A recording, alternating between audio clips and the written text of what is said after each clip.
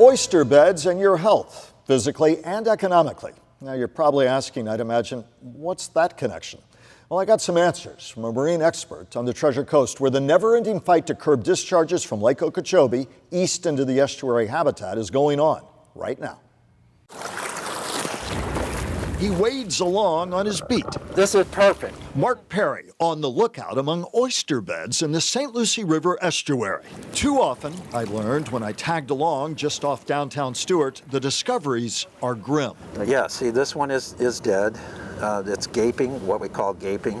Yeah. It opens up and there's no animal inside, whereas this one is alive. Oyster beds covered nearly 500 acres of this estuary in the 1940s and 50s. Today, only 20 acres. These oysters filter algae. They filter algae out of the water, feed on it. They're the sentinel species for the estuary. What's that mean?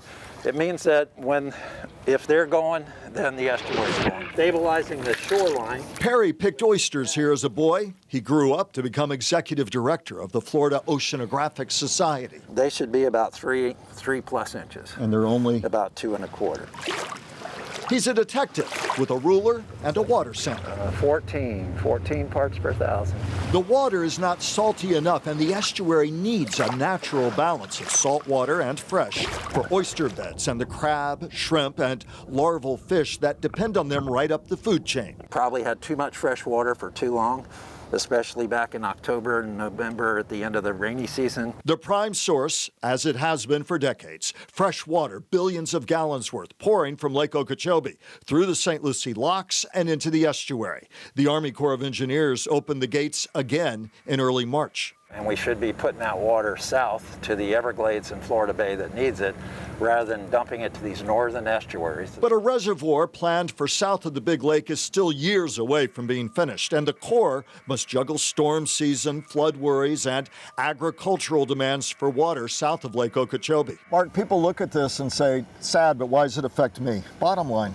Well, it affects us. It affects all of us, because the oysters and the health of this water and the water quality here attracts people, and people are attracted to the water for their boating, their fishing, restaurant experiences. An estuary imperiled, a picture of paradise dimmed, with consequences for all of us. Right now, we're in the midst of what is oyster spawning season. Scientists wait to see what they'll find health-wise this year, and more debates are on the very near horizon about new potential guidelines for lake releases into the estuary and west into the Caloosahatchee River. Mark Perry and many others want those discharges eliminated. They hope at least momentum is growing to curb the discharges.